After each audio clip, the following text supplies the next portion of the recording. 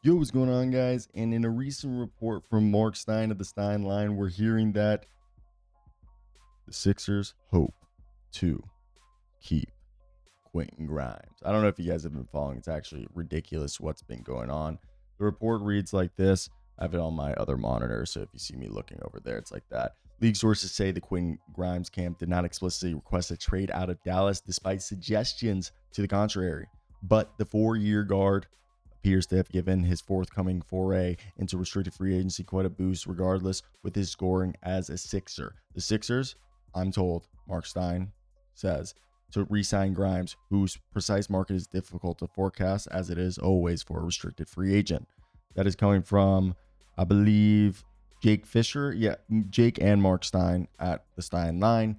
And to me, I think the interesting part about this is if you look at Quentin Grimes as a quintessential scorer for the Sixers, who've been shorthanded this year. On the season, he's averaging 14 points, 4 rebounds, 3 assists, 47.7% from the field. But with the Sixers in 22 games now, 33 minutes a night, 22 points, 49% from the field, 39% from 3, 5 rebounds, 4 assists, 1.5 steal, and just under a block a game.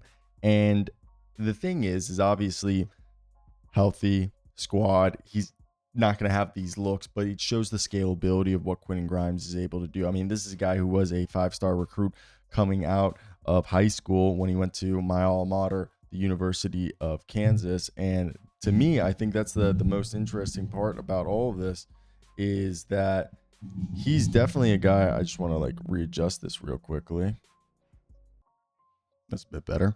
But he has the scalability, and we see a guy who went then at Houston was fantastic. And I think his role here on a healthy Sixers squad is very similar to what he was doing in New York in that second season when he was shooting 47% from the field, 38% from 3, 30 minutes a night, 11 points, 3 rebounds. He's a guy who can be, a third playmaker, a guy who can be a complementary scorer, a guy who can pick up the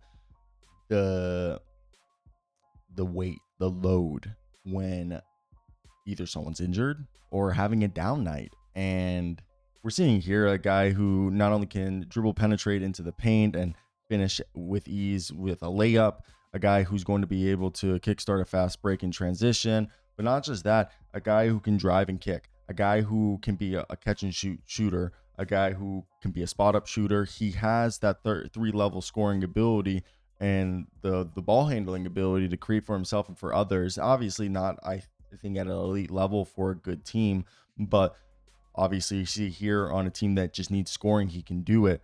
But when you have a healthy squad, he also knows how to fit into his role, and that's what you want to see. Now, what do we dictate that price is going to be? I mean, I'm hearing 20, I think, is the rumor. I think teams would like to give him the full mid-level exception, which I believe right now, I want to say it's the full non-taxpayer. Let's pull that up. Full non-taxpayer mid-level is going to be 12.8. So that in a 4-year deal, we'll just do 13 real quickly, just to round up. That's $72 million. And yeah, something around that ballpark I think could make the most sense.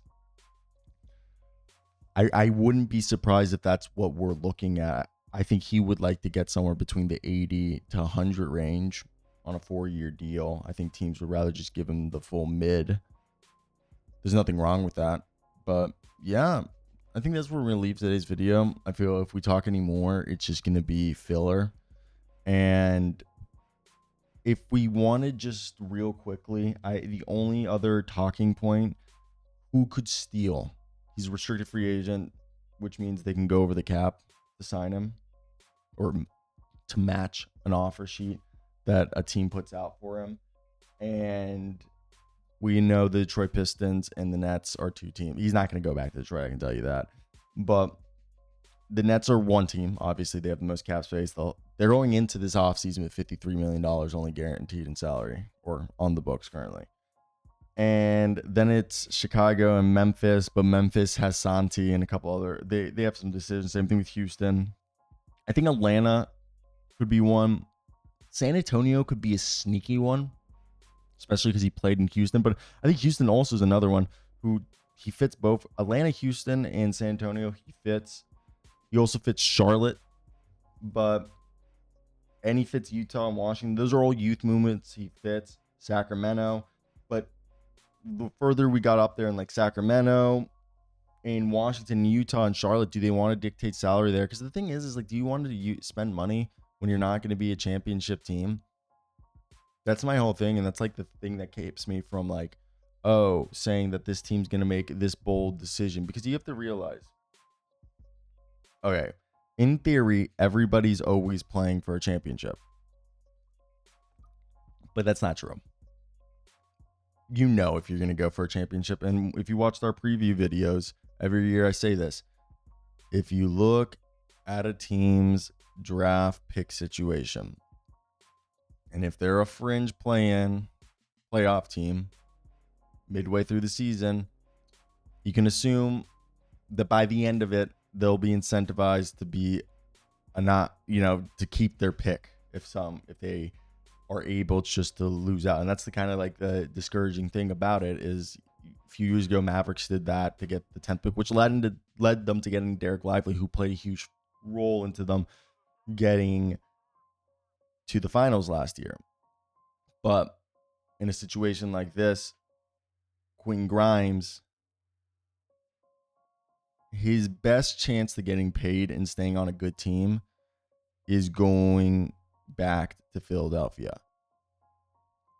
If he leaves, it's just for the money, and it could be a repeat of having to pick up and go. And he's been a guy who's already had to move around since college. So I wouldn't be surprised if he just wants continuity. Plus, he meshes well with Nick Nurse. So if I were him, I don't see a reason why I would leave. And I think it's currently it's been a solid fit. What do you guys think? Are you guys in agreement with me on that one? But yeah, that's basically what my thought is. And I'm going to leave it right here. If you guys made it to the end of the video, I do greatly appreciate it. Hit that like and subscribe button. It would mean a ton, helps out the channel.